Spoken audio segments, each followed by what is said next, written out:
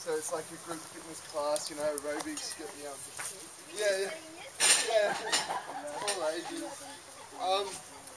Yeah, so what we want to do is obviously like functional training. So we want to do something that's relative. So come in a bit more. We want to do something that's relative to what we're going to be doing with gardening. So a lot of gardening is like, you know, arms pulling, bending over, lower back stuff. That's really important, and legs and hamstrings. So I don't want to see if anyone's shoveling today like this, because that's all lower back, or twisting like this. So the idea with shoveling is you get down low, pretty much loading up one leg, lift it up and then move. You don't try to move, rotate while your shovel's still in the ground.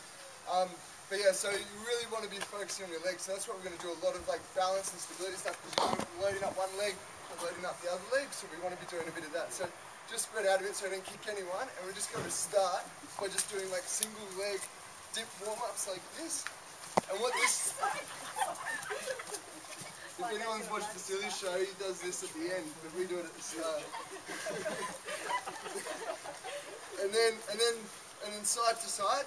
So the other thing is to realise is that the human body, there's three main planes of motion. You've got forwards and backwards, side to side, and then you've got rotation. So everything that we do is in those three planes of motion. So like, for example, walking, you're taking a forward step, but it's also to the side, and then you're doing a lot of rotation. So we want to be doing all those things. And then, yeah, right around. Cool. Other leg. And the idea of these stretches and stuff is that, say, when we're gardening, we might only have to do this much range of movement and side to side, but then, you know, you might have moments where you have to reach out to this much range, or, you know, overstretch yourself, and that's when injuries can occur. But what we want to do with the warm-up and with the training and the rotation is you want to be able to function and move in this range of motion, like much more than you need, so therefore if you ever do need to go there, you can go and come back without any injury. And the big thing is here, we're actually waking up all your proprioceptors and all your nerves and everything like that, so you're getting, you know, your nervous system excited, not just, you know, your muscles stretched out.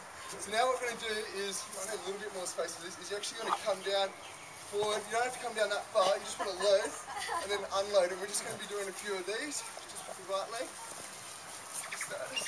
So you don't have to put too much weight on it, it's just travelling forward and then back. And now same thing, but you're just stepping out to the side and then behind, like the curtsy. So we're doing exactly what we just did, but you're loading the leg up. So before we were just kind of swinging it, now we're loading, and now rotation. So you're stepping in front and then stepping behind. And the idea here is you're turning your foot in, turning your foot out. It's all about like the foot drive.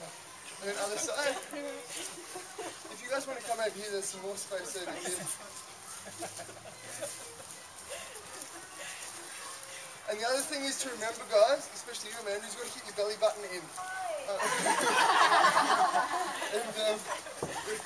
So yeah, if you're keeping your belly button in, then what you're doing is you're stabilising your core muscles and supporting it with your inner muscles. You're not just like pushing it out with your outer muscles. And then rotation. So you load in. And this also doubles as a good like disco move if you go out. Instead of leaning right. Cool.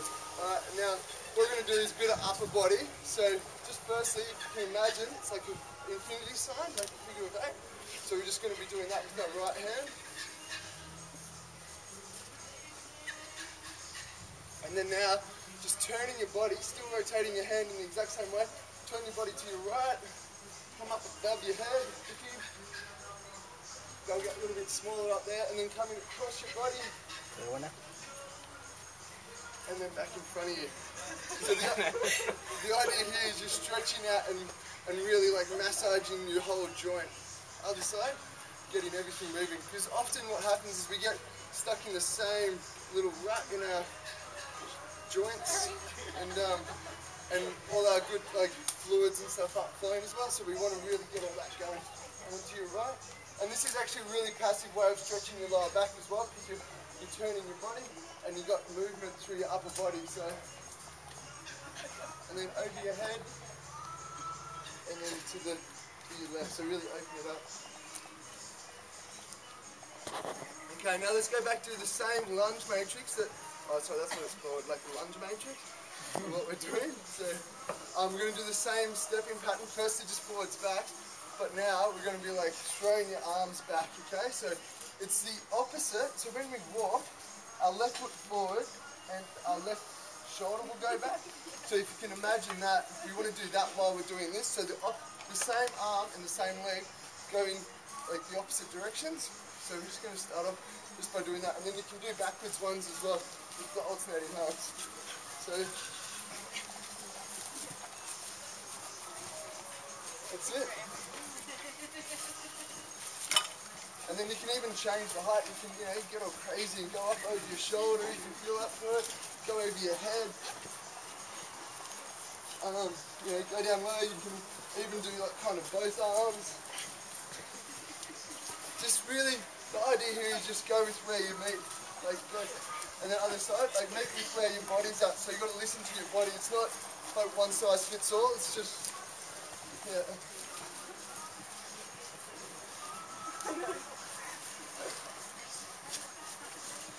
Oh, and then, so you just shake out your legs a little bit as well. So as I was saying, a lot of it's lifting, so we really want to warm up for that, and we actually want to get our butts working, because most of us have lazy asses, so myself included. So what we want to do is taking a step in, slightly turning your foot in, and we're going to come on the outside of your knee.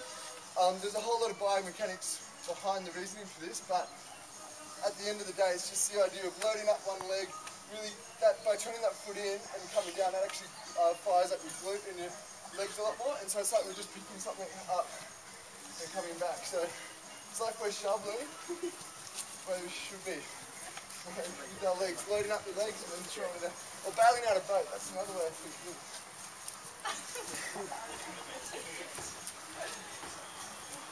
And then other leg.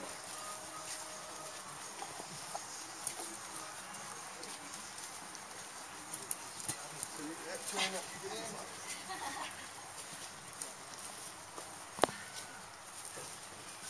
And then we're just going to do a few single leg ones. So if you don't have to do this with single leg, but what we're going to be doing is coming down. We'll do the non-single leg version, is coming down like that and up. So it's just like coming down. You don't have to touch the ground either. The idea is keeping your back arch and you're just stretching out a little bit of your hamstring and you're keeping your belly button in. So those 2 points are really important. So you can do it like that, or you can come down on one leg, going back up. That's it. And so so it's like you're picking something up, and it's a good idea of practicing, going picking up and then changing feet.